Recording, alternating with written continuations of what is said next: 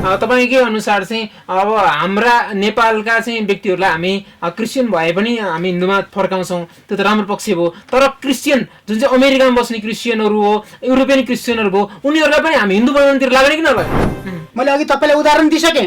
बाउ र छोरा बिचको, आमा र छोरा बिचको नेपालले सिकाइसके। नेपालमा आएर गलत कुरा सिकाइसक्यो भनेदेखि हामीले नेपालमा सही कुरा सिकाउन विश्वमा रहेका 1,77 करोड वैदिक सनातन हिन्दूहरूलाई नेपालले ज्ञान दिएको छ। हामी हाम्रा पूर्वजहरू चाहिँ के थियो त? त्यसो भएदेखि तपाईँले अघि भन्नुभयो नि त क्रिस्चियनहरू का लागि चाहिँ हिन्दू पाच्य हुँदैन र हिन्दू कतिपय हिन्दूहरू जो चाहिँ क्रिस्चियनमा गइसकेका छन् उनीहरूका लागि चाहिँ हिन्दू पाच्य भएन छ नि त? किन भएन त?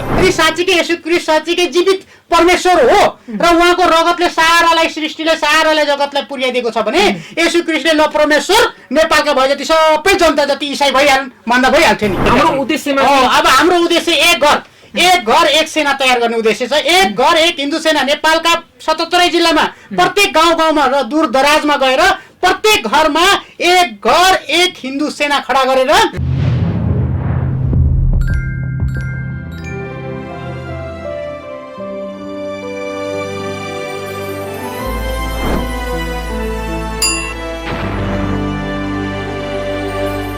नमस्ते, म रविन्द्र ढुङ्गेल गुरुकुल प्रोडक्सनको प्रस्तुति कार्यक्रम सनातन बन्धनमा हार्दिक स्वागत गर्न चाहन्छु। आदरणीय दर्शकहरू, नेपाल एउटा हिन्दूको भूमि हो र हिन्दूको भूमिमा चाहिँ क्रिस्चियन लगायत पश्चिमेली धर्मावलम्बीहरूले गलत प्रचार, हिन्दूको गलत प्रचार गरेर चाहिँ एउटा अभियान सञ्चालन गरिरहेका छन्। यो अभियानको निरुत्साहन गर्न र यो अभियानको बर्खिलापमा चाहिँ हाम्रा अभियन्ताहरू, हाम्रा हिन्दूका चाहिँ संरक्षकहरू चाहिँ प्रस्तुत भइरहेका छन्, उग्र रूपमा चाहिँ तिनीहरूको आलोचना गरिरहेका छन्। यसैबीच आजको बहसका निम्ति चाहिँ हामीसँग हुनुहुन्छ ध्रुवराज लुइटेल। उहाँ चाहिँ हिन्दू जागरण नेपालका स्वयंसेवक हुनुहुन्छ र चाहिँ हाम्रो सनातन धर्म, हाम्रो वैदिक सभ्यता, वैदिक संस्कृतिको संरक्षणका लागि चाहिँ उहाँ एउटा विशाल अभियान लिएर चाहिँ संसारभर छाइरहनु भएको छ। यसै अवसरमा हामी यो बहस सञ्चालन गर्नेछौँ र चाहिँ हिन्दू धर्मावलम्बीको बर्खिलापमा जसले औँला ठडाइरहेको छ र ती औँला ठडाउनेहरूलाई चाहिँ कसरी चाहिँ हामीले निरुत्साहन गर्न सक्छौँ, त्यस्ता उनीहरूका गलत प्रचारलाई कसरी चाहिँ हामीले जस्ताको तस्तै प्रस्तुत गर्न सक्छौँ लगायतका विषयमा चाहिँ हामी बहस गर्नेछौँ। सर्वप्रथम हाम्रो अतिथिलाई कार्यक्रममा स्वागत गर्न चाहन्छु। स्वागत छ यहाँलाई। धन्यवाद गुरुकुल प्रोडक्सनलाई र तपाईँहरूले आज मलाई यहाँ बोलाइदिएर 2-4 शब्द मैले आफूले जानेको कुरा भन्न दिनुभयो, तपाईँलाई नमन छ। तपाईँ चाहिँ विशेषतः सामाजिक सञ्जालमा चाहिँ क्रिस्चियनहरूको व्यापक आलोचना गर्नुहुन्छ, उग्र रूपमा चाहिँ उम्लिनुहुन्छ।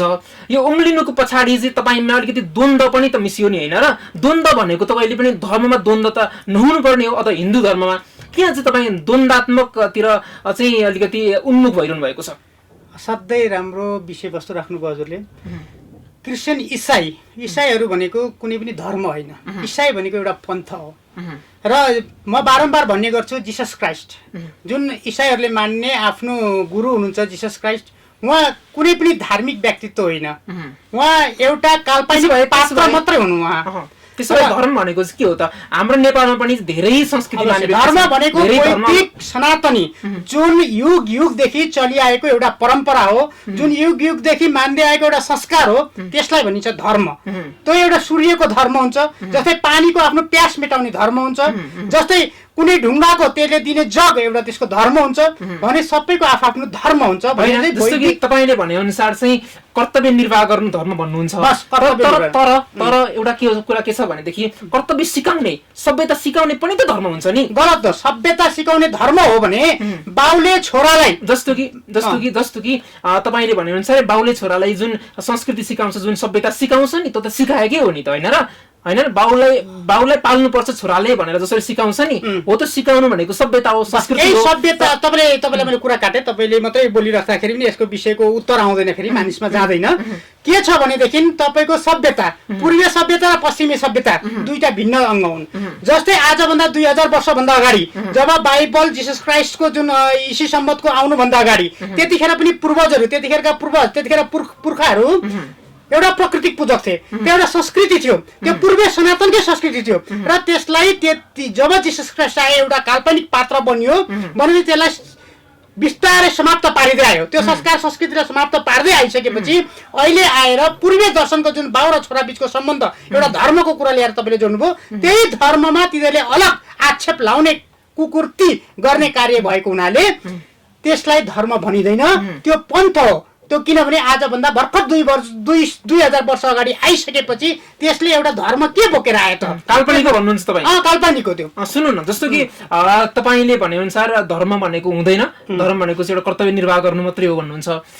जस्तो कि क्याथोलिक चर्च, जस्तो कि क्रिस्चियन क्याथोलिक चर्चमा चाहिँ लगभग 2350 भन्दा अगाडि नै एउटा क्यानन ल बनेको थियो। त्यतिखेर त्यो सिद्धान्त अनुसार चाहिँ आज पश्चिमेली संस्कृति चलिरहेको छ भनौँ। पश्चिमेली संस्कृतिको अनुसरण पनि भारत जुन हिन्दुस्तानको नामले चिनिन्छ र नेपाल पनि एउटा हिन्दू नै भूमि हो, जहाँ चाहिँ 80% भन्दा बढी जनसङ्ख्या चाहिँ हिन्दू धर्मावलम्बीले ओगटेका छन्। यो अवस्थामा चाहिँ तपाईँले लगाएको रहनसहन, तपाईँले खाने खाना, तपाईँले चाहिँ देखाउने व्यवहार त सबै चाहिँ पश्चिमेली संस्कृति, सबै चाहिँ त्यही क्रिस्चियन क्याथोलिक चर्च के आधारमा चाहिँ जुन बन्यो एउटा कानुन, जुन बन्यो एउटा नियम, त्यही संस्कृति त्यही नियम अनुसार पो गइरहेको छ त। तपाईँले बुझ्नु भएको छ कि छैन? अब क्याथोलिकको कुरा गरिहाल्नु भयो। क्याथोलिक, प्रोटेस्टेन्ट, फेलोशिप, मारियम, जीसस, सियोन, यिनीहरूका हरेक पाठहरू छन्। क्याथोलिकको 2300 वर्षको तपाईँले उदाहरण दिनुभयो। पुरानो करार र नयाँ करार दुईटा बाइबल छन्। वेदमा दुईटा छन्, गीता दुईटा छन्। पहिला लेख्ने र पछि लेख्ने पनि हुन्छ कुनै धार्मिक शास्त्रको ज्ञान।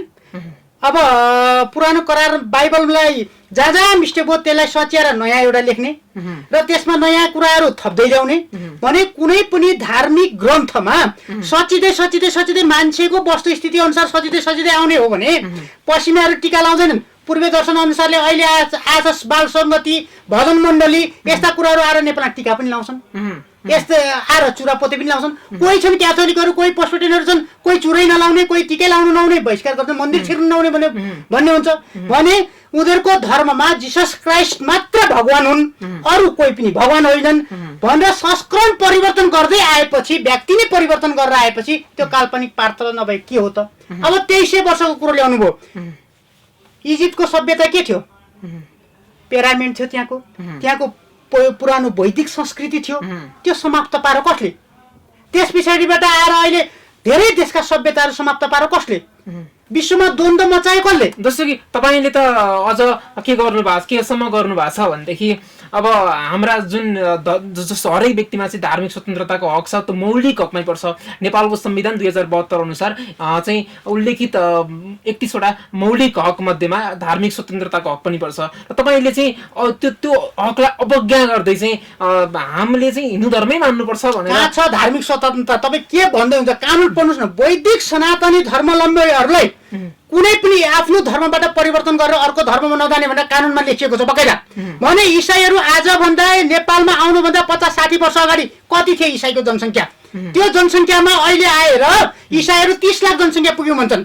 भने तिनीहरूले परिवर्तन गरे कसलाई? वैदिक सनातन धर्मावलम्बीलाई परिवर्तन गरेन। पाइन्छ कि पाइँदैन? कानुनमै लेखिएको त परिवर्तन वैदिक सनातनबाट चलिआएको धर्मलाई खलल नपुर्याउने गरी र त्यो धर्मका व्यक्तिहरूलाई परिवर्तन नगराइकन गरे आफ्नो स्वतन्त्र रूपले आफ्नो मात्रै धर्म प्रचार गर्न पाउने र आफ्नो स्वयं ठाउँमा बसेर धर्मको व्याख्या गर्न पाउनु पर्ने। जस्तै चर्चभित्र बसेर धर्मको व्याख्या गर्न पायो, मन्दिरमा बसेर आफ्नो पूजा गर्न पायो, तर वैदिक सनातनदेखि चलिआएको धर्मका व्यक्तिहरूलाई चाहिँ परिवर्तन गर्न पाइएन भनेर कानुन लेखेपछि त्यतिखेरको संख्या र अहिलेको संख्याको गणना गर्नुहोस् त। भनेपछि 30 लाख कसरी पुग्यो त? भने वैदिक सनातनी धर्मलाई परिवर्तन गर्ने तिनीहरूलाई कानुन लाग्ने कि नलाग्ने? त्यसो भएदेखि तपाईँ एउटा अभियन्ता हुनुहुन्छ, एउटा ठुलो विशाल अभियानको सञ्चालन गरिरहनु भएको छ। तपाईँको उद्देश्य चाहिँ ती क्रिस्चियन भइसकेका व्यक्तिहरूलाई हिन्दूमा ल्याउने कि अब चाहिँ उनीहरूलाई क्रिस्चियन हुन नदिने त? मान्छे सर्वप्रथम वैदिक सनातनी धर्ममा न्वारण गरेर नाम राखिसकेको मान्छे 32मा लिने बित्तिकै क्रिस्चियन कहिले हुँदैन। यो कुरो ख्याल राख्नुहोस्। किनभने क्रिस्चियन हुनको लागि त्यो नेपाली गएको एउटा खाली पेट भोकका कारणले, एउटा गरिबीताका कारणले, एउटा लोभ लालचका कारणले, एउटा अरूले फकाइ फुल्याएका कारणले गर्दा ऊ गएको छ त्यहाँ। उसले अनजानमा नबुझिकन ऊ गएको। हाम्रो उद्देश्य भनेको वैदिक सनातनी धर्म के हो त? यसको इतिहास के हो त? र इसाई कसरी आयो र तपाईँ कसरी त्यहाँ जानुभयो? त्यसलाई चिरफार गरेर त्यो व्यक्तिलाई आफ्नै स्वधर्ममा फर्काउनको लागि बुद्धिस्ट, किराँत, बोन र वैदिक सनातनी धर्मावलम्बीहरूलाई आफ्नो धर्ममा बसेर किराँती यदि गएको छ भने किराँत धर्मबाट वापस किराँत धर्ममा ल्याउने, किराँती इसाई बनेको छ भने, बोन इसाई बनेको छ भने या बुद्धिस्ट इसाई बनेको छ भने उसलाई सो धर्ममा फिर्काउने हाम्रो अभियान हो। यो अभियानमा कुनै पनि इसाईहरूले यसमा यदि हस्तक्षेप गर्छ भने हामी हिन्दूहरू पनि हातमा चुरा लाएर बसेका छैन, हाम्रो हातमा दही जमेको छैन। तपाईँले हातमा चुरा लगाएर हातमा दही जमाएर बसिरहनु भएको छैन भनेदेखि तपाईँ अहिलेसम्म के गर्नुभयो र चाहिँ तपाईँको उद्देश्य चाहिँ अब द्वन्द्वतिर जाने र चाहिँ जबरजस्ती चाहिँ क्रिस्चियनलाई अब हिन्दू बनाउने हो त? पुरानो इतिहास खोतल्नुहोस् एकचोटि, रामायण महाभारत पढ्नुभयो होला। त्यतिखेर अर्जुनले कृष्णलाई साथ लिएर जसरी त्यत्रो युद्ध भयो, परशुरामले जसरी नरसंहार गरे भने त्यही अवस्थामा यदि हामी फिर्किनु पर्ने अवस्था आयो भनेदेखि हामी हातमा दही र नारीले लगाउने चुरा लगाएर हामी बस्ने अवस्था छैन। त्यतिखेर हामीहरूले इसाईहरूलाई यो देशबाट कसरी त्यही देशमा पुर्याउनु पर्छ र सो धर्ममा फर्काउनु पर्छ, त्यो हामीले सोचिसकेका छौँ।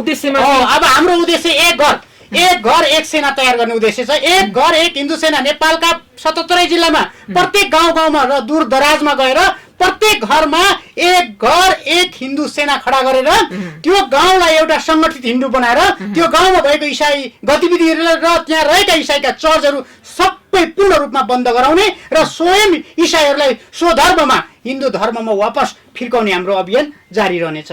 जस्तो कि तपाईँकै अनुसार चाहिँ अब हाम्रा नेपालका चाहिँ व्यक्तिहरूलाई हामी क्रिस्चियन भए पनि हामी हिन्दूमा फर्काउँछौँ, त्यो त राम्रो पक्ष हो। तर क्रिस्चियन जुन चाहिँ अमेरिकामा बस्ने क्रिस्चियनहरू हो, युरोपियन क्रिस्चियनहरू हो, उनीहरूलाई पनि हामी हिन्दू बनाउनुतिर लाग्ने कि नलाग्ने? अवश्य यसको नेपालले पनि काम गरिरहेछ यो विषयमा। र विश्व अहिले म तपाईँलाई थोरै आकलन पछाडि लिएर जान्छु। अमेरिकामा 78% इसाई भएको ठाउँमा अहिले अमेरिकामा 52.5% इसाई छन्, किनभने त्यहाँका प्राकृतिक पूजक पहिला आफ्ना मेरा बाउ बाजे पुर्खाले कुन धर्म मानेका थिए, इसाई कसरी यहाँ आयो। त्यस्तै Italy, Canada, France, Russia, German धेरै उदाहरण छन्।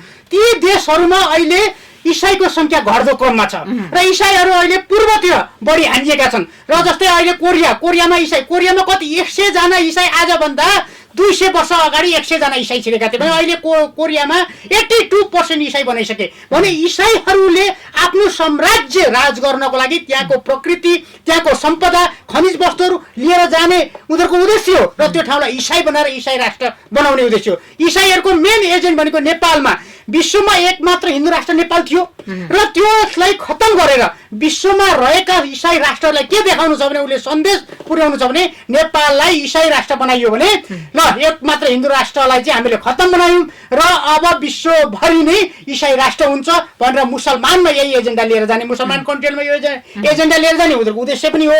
र अर्को उद्देश्य के छ भने यिनीहरू यहाँ नेपालमा रहेका प्राकृतिक सम्पदा, खनिज पदार्थहरू अब अहिले यो वैदिक सनातनी धर्मावलम्बीहरूले यसलाई छुन दिँदैनन्, किनकि प्राकृतिक पूजाको यिनीहरू सबै र यिनीहरूले भगवानलाई विश्वास गर्छन्। यहाँका ढुङ्गा, माटो, जल सबैलाई विश्वास गर्ने भएको हुनाले यसलाई हामी छुन दिँदैन। जबसम्म यसलाई इसाई बनाइँदैन तबसम्म यसलाई चलाउन नपाइएको हुनाले यसलाई इसाई राष्ट्र बनाउन उनीहरू लागि परेका छन्। यसैलाई रोक्नको लागि हाम्रो अभियान, हिन्दू जागरण अभियान बारम्बार लागिरहेको छ। तपाईँको मतलब चाहिँ क्रिस्चियन भनेको धर्म होइन भन्नुभयो तपाईँले, होइन?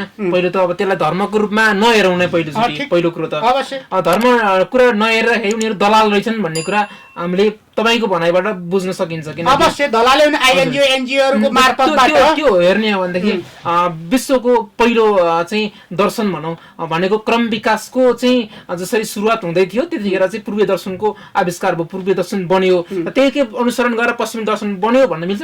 गलत मिल्दैन। कसरी मिल्छ? पश्चिमी दर्शनै छैन।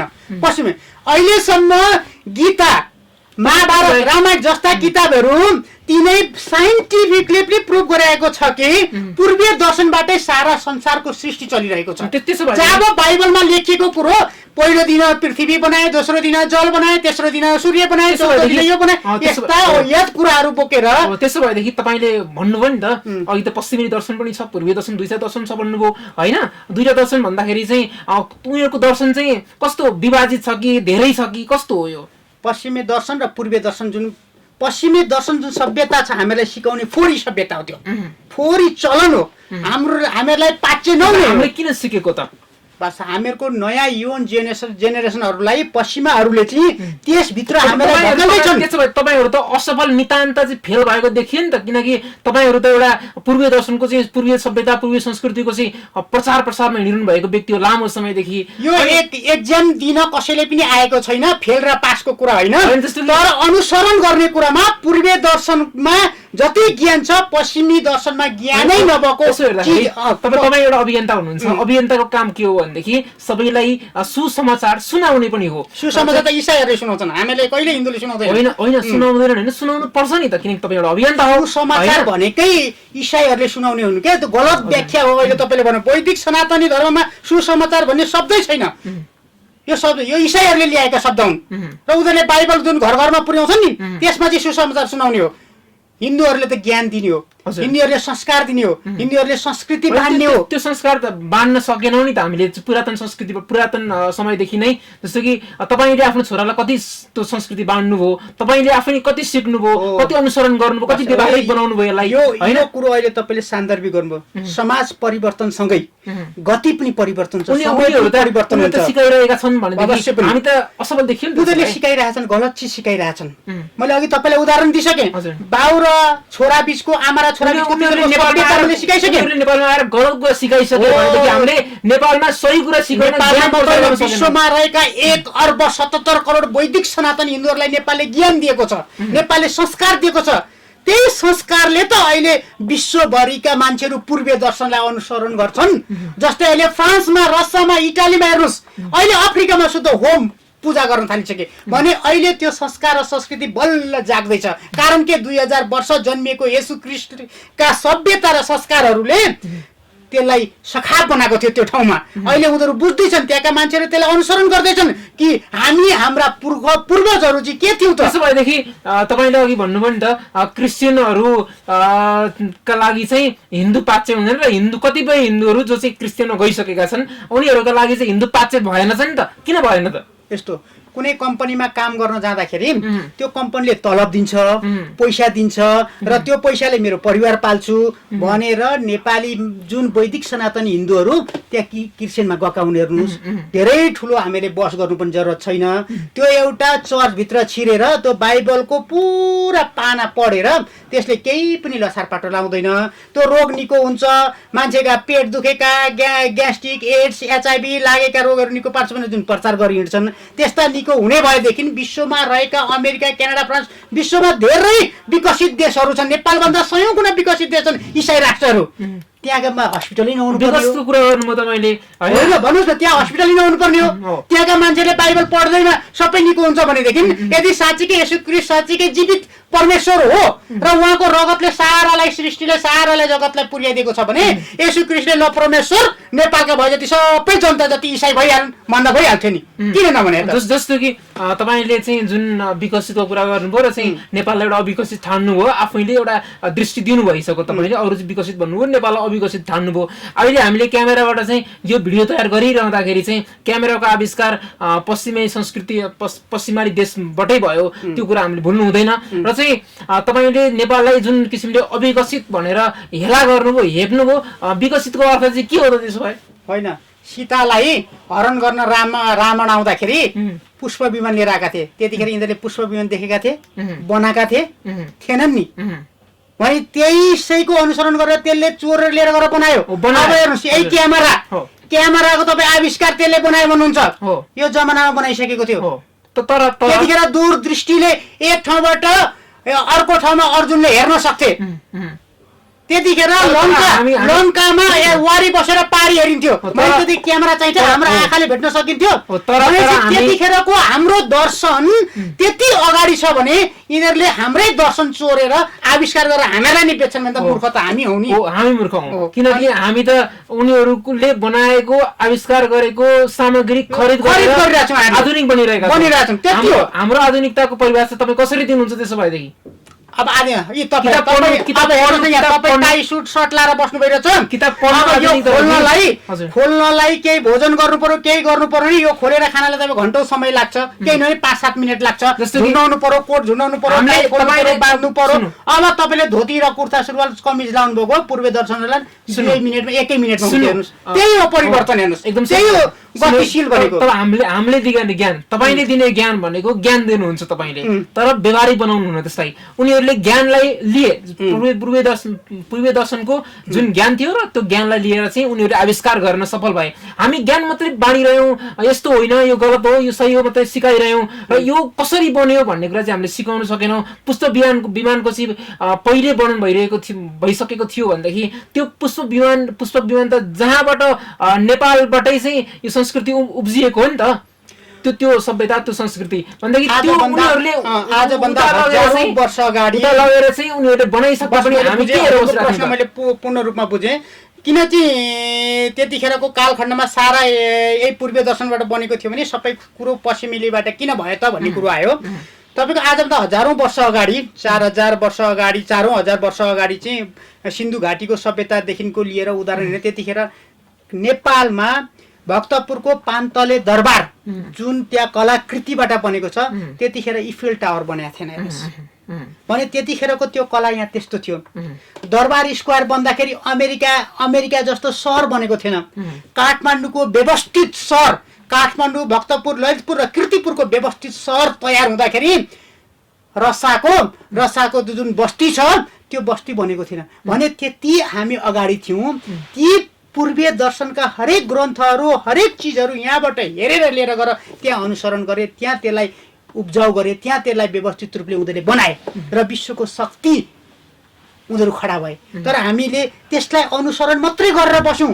त्यसलाई हेरेर मात्रै बस्यौँ हामीले बनाउन सकेनौँ किनभने हामी माथि ती पश्चिमेलाहरूले हामी माथि दबदबाव गरे हामीलाई तल राखे यही कारण हो अर्थ केही पनि होइन र यसलाई अगाडि बढाउनको लागि हाम्रो धर्म संस्कृति र संस्कार र परम्परा हामीले बचायौँ भने विश्व एकचोटि नेपाल पूर्वीय दर्शनसँग गुलाम हुन्छ हेर्दै जानुहोस् विश्व जुन इसाई मान्यहरू छन् तिनीहरू एकचोटि पूर्वीय दर्शन र नेपालसँग यो ऋषि महर्षिहरू जन्मेको ठाउँ भूभाग हो यहाँ प्रत्येक ढुङ्गा बाटोमा देव देवताहरू छन् त्यस्ता जन्मेको ठाउँ भूमिमा विश्व एकचोटि नेपालसँग गुलाम हुन आउँछ गुलाम हुन्छ भने यो यस्तो भूभाग हो जहाँ तराई पहाड र हिमालको विश्वको अग्लो सगरमाथा पनि यही ठाउँमा छ र एउटा प्रकृतिले दिएको सम्पदा तराईबाट पहाड झर्दाखेरि 15-20 किलोमिटरमा स्टेट नाप्दा 15-20 किलोमिटरमा यस्तो हावापानीको समथल हावा आउँछ त्यहाँबाट पहाडबाट हिमाल जाँदाखेरि 20-25 किलोमिटरको